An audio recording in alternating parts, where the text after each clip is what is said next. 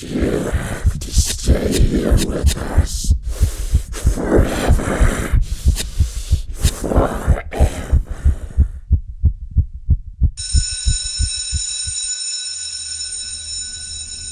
This is a true story of my own personal account. My friends and I, who I will refer to as A, E, S, and D if necessary, have been getting into paranormal investigations over the past few years. We aren't professionals by any means, nor do we claim to be. It's just something that we enjoy doing whenever we're all able to get together.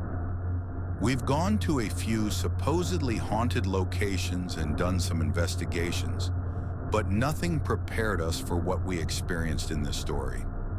So one day we were discussing where we should go for our next paranormal investigation. We had just finished another investigation a couple nights prior, so we were still feeling brave from that. As we were discussing where we should go, one of our friends suggested that we should check out this old abandoned school in rural Tennessee.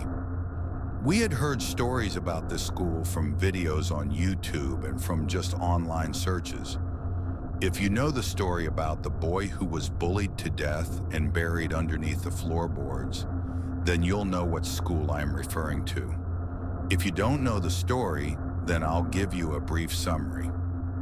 A young boy was cornered in the boys' bathroom at this school by a bully. The bully beat him up so badly that he ended up succumbing to his injuries and died on the spot.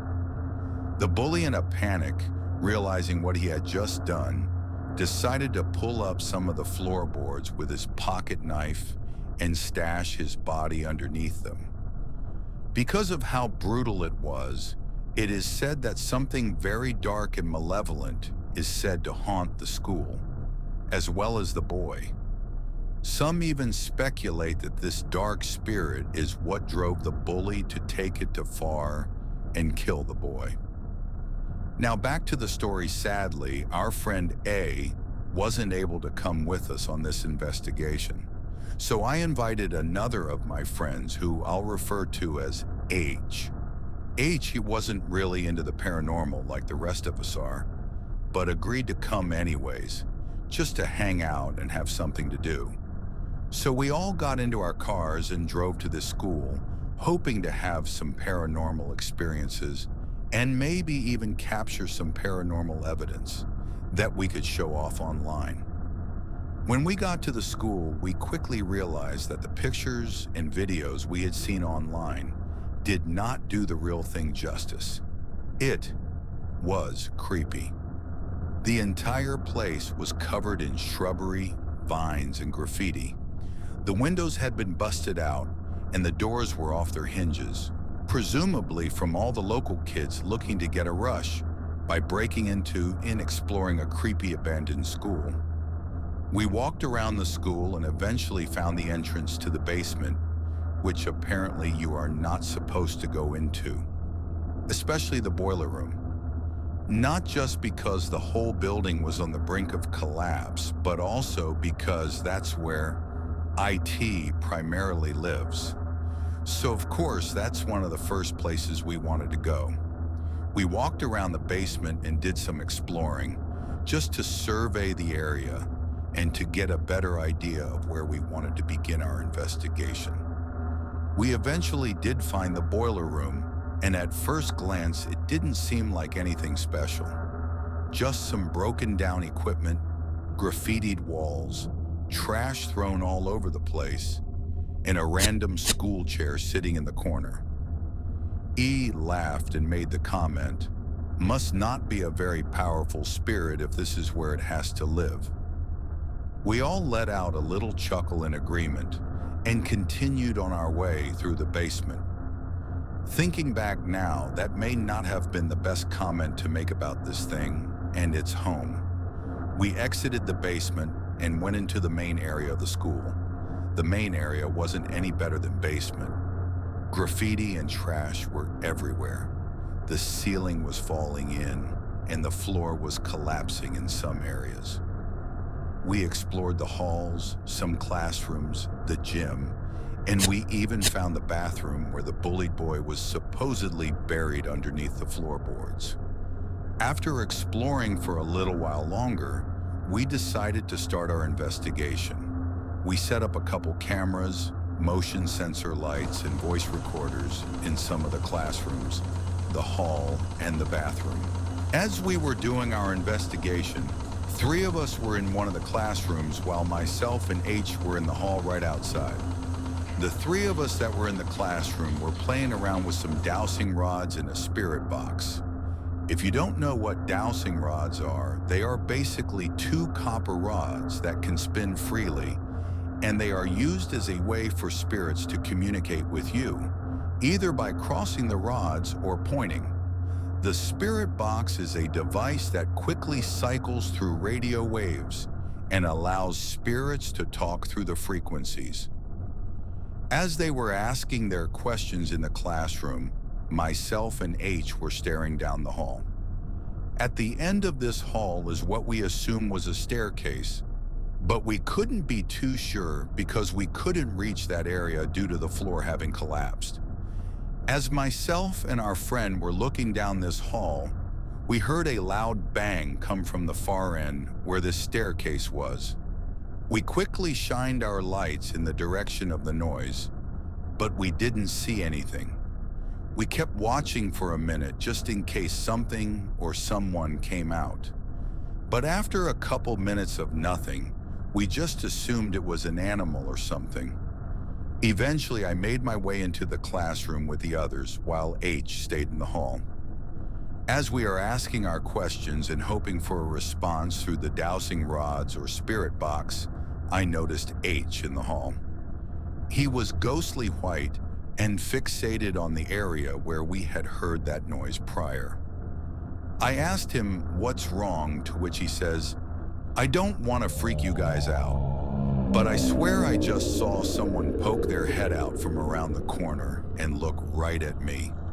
We were all kind of like, oh, it's probably just your mind playing tricks on you. But he was still very insistent on what he saw. Now we had seen and heard things during our investigations before, but something about the way H looked had us all a little spooked. H insisted that we should move on to another area, so we obliged him and went back to the main foyer where we had entered. We were standing there talking about where we should go next when we hear what sounded like a child's laugh coming from the classroom where we had just been. We all instinctively shut up and froze in place. Finally, our friend S broke the silence. What was that? Eventually, E built up the courage to go see what it was. He started making his way back to the classroom when something told me that it wasn't safe for him to go back in there. I quickly grabbed his arm and said, "I don't think that's a good idea," to which he brushed off and proceeded to head toward the classroom.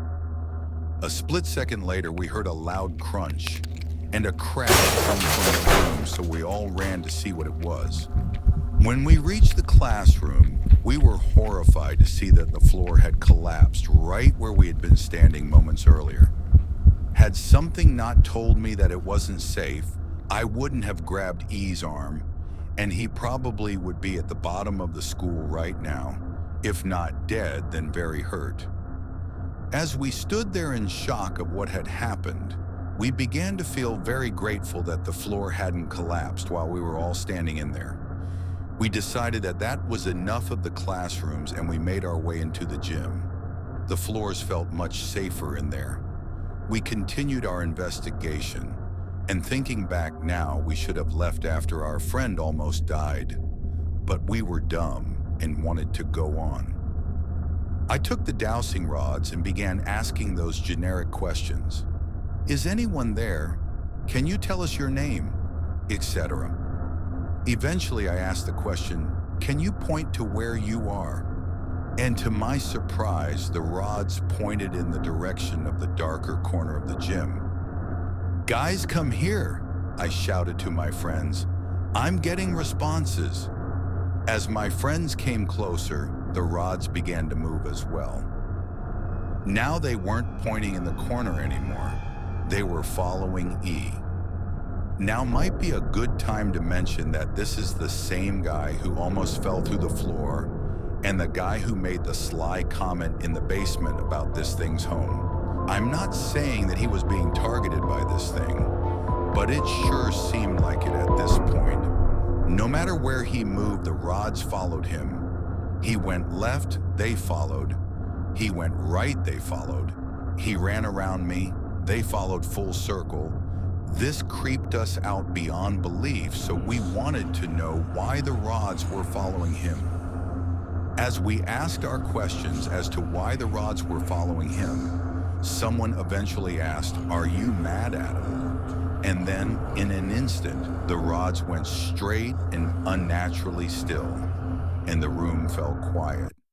So quiet, in fact, that it was as if we had all fell deaf instantaneously. I got this insanely bad feeling, as if something very evil had just entered the room. A few seconds later, I felt something strong physically grab the ends of the rods in my hands.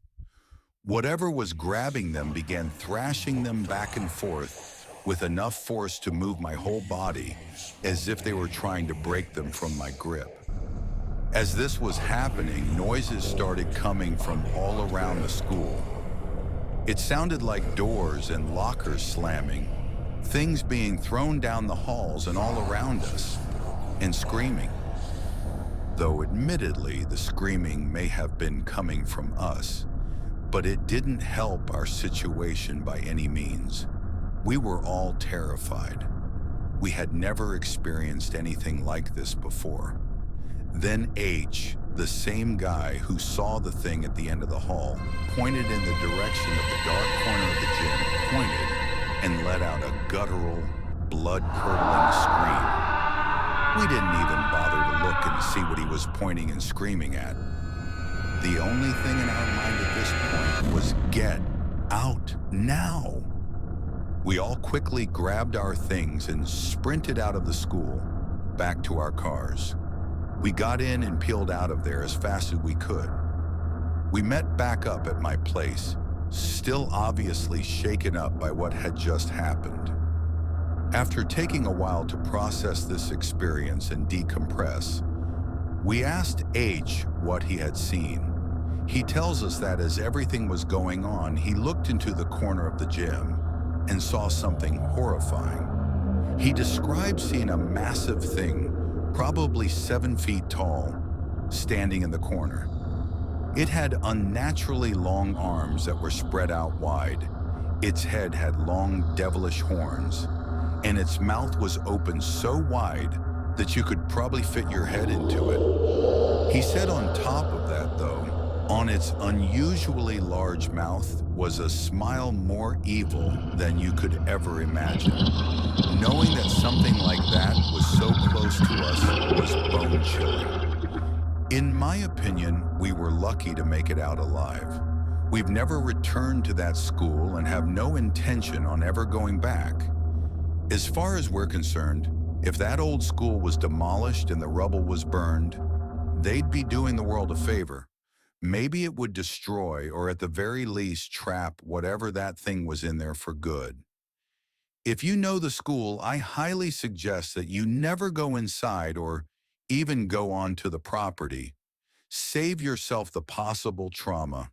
Believe what you want, but that night will forever be burned into our minds and haunt us in our nightmares.